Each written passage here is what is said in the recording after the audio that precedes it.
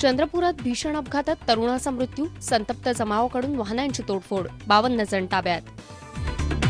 केंद्रीय मंत्री सलमान खुर्शिद यांच्या घरासमोर आज अपंग नागरिकांची निदर्शनं, अरविंद केजरीवालही राहणार उपस्थित. महापालिका निवडणुकांमध्ये काँग्रेस राष्ट्रवादीचा कलगीतुरा, प्रचार सभांसुद्धा गाजला श्वेतपत्रिकेचा मुद्दा. आयसीसीच्या क्रिकेट कमिटीच्या अध्यक्षपदी अनिल कुंबळेची नियुक्ती. चंद्रपूरमधील बल्लारपूरमध्ये एका अपघातामध्ये 25 वर्षीय तरुणाचा मृत्यू झालाय.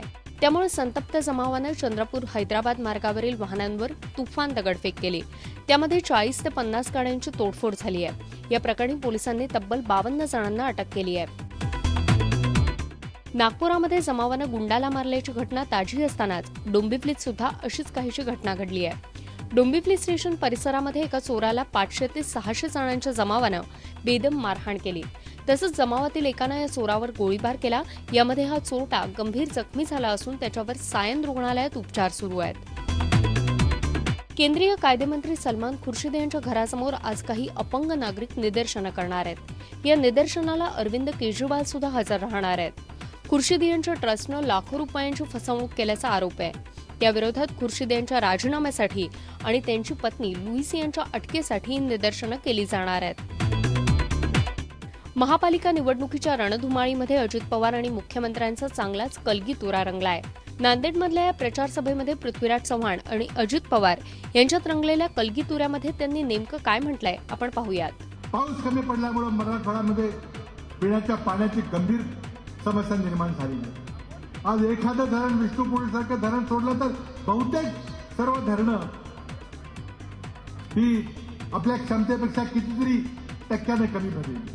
आज गंभीर समस्या. आज काही सिंचन प्रकल्पामध्ये काही धोरणात्मक काही चुका झाल्या का? आज आपण सिंचन प्रकल्प उभे केले शेतीला पाणी मिळावं म्हणून, पण आज शेतीचं थोडा प्यायला पाणी नाही अशी परिस्थिती निर्माण झाली. आज कमरेखाली वार करण्याचा विरोधकांचा प्रयत्न त्या ठिकाणी चाललेला आहे. वाटेल तशा प्रकारचे आरोप करण्याचा प्रयत्न चाललेला आहे. म्हणून मला कुणी सांगितलं नव्हतं राजीनामा द्या. माझ्या सद्विवेक बुद्धीला स्मरून मी राजीनामा दिला. एकदा जनतेला कळलं पाहिजे श्वेतपत्रिकेच्या निमित्तानं किती क्षेत्र ओलिताखाली आलेलं आहे, किती पाणी त्या ठिकाणी शेतकऱ्यांना मिळालेलं आहे, किती पाण्याचा वापर पिण्याच्या करता होतोय, किती पाण्याचा वापर बिगर सिंचनाच्या करता होतोय.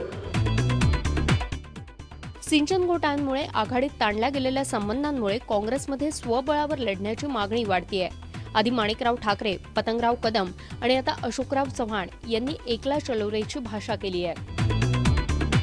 आयसीसीच्या क्रिकेट कमिटीच्या अध्यक्षपदी भारताचा माजी कर्णधार अनिल कुंबळे यांची नियुक्ती करण्यात आली आहे. कोलंबोमध्ये आयसीसी बोर्डाच्या बैठकीत हा निर्णय घेण्यात आला.